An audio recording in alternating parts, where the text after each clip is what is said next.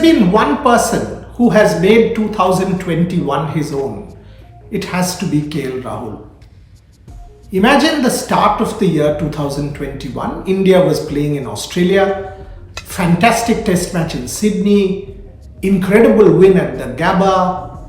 KL Rahul was actually tweeting about the wins, talking about the team, because he was not part of the red ball team. He was part of the white ball team for sure, but he was tweeting about these wins, saying how good they were.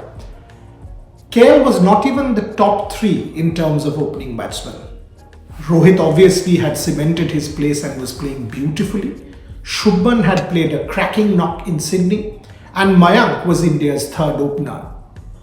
KL Rahul was not part of the red ball schema.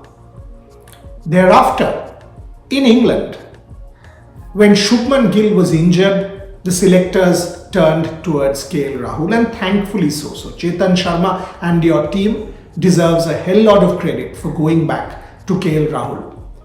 And then in England, the transformation really started. What incredible batsmanship from both Rohit Sharma and KL Rahul. And all of a sudden, the opening problem that India had over the last several years was no longer an issue. Rohit and Rahul were playing outstandingly well, and that reflected in the results. KL Rahul had got newfound confidence, and that confidence continued in South Africa in that first test match in Centurion.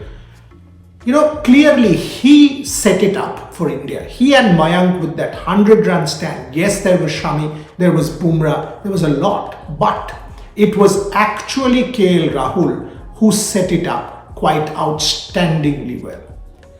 Now, if I go back and celebrate KL Rahul, I have to take you back to the time of that controversy. I was very closely, following that, talking to him on a regular basis. And I can tell you that if you actually think about the mental health of KL Rahul at that point in time, he was in a horrible mental state.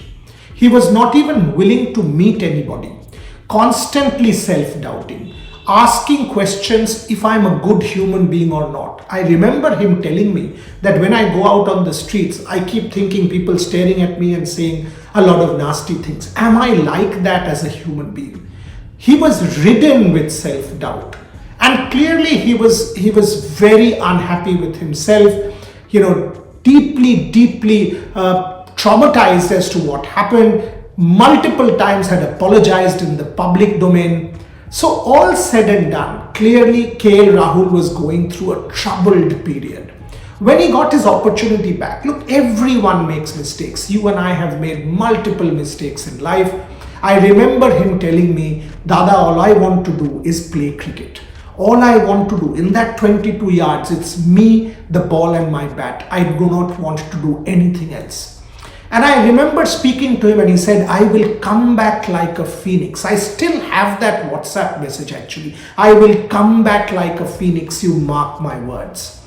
At that point in time, I kept encouraging him. I remember speaking to him in an interview also in Calcutta when he was here. And at the back of my mind, I was like, maybe or can he? He has. And what a telling manner in which he has made this comeback. I think 2021 has been the year of the make of KL Rahul.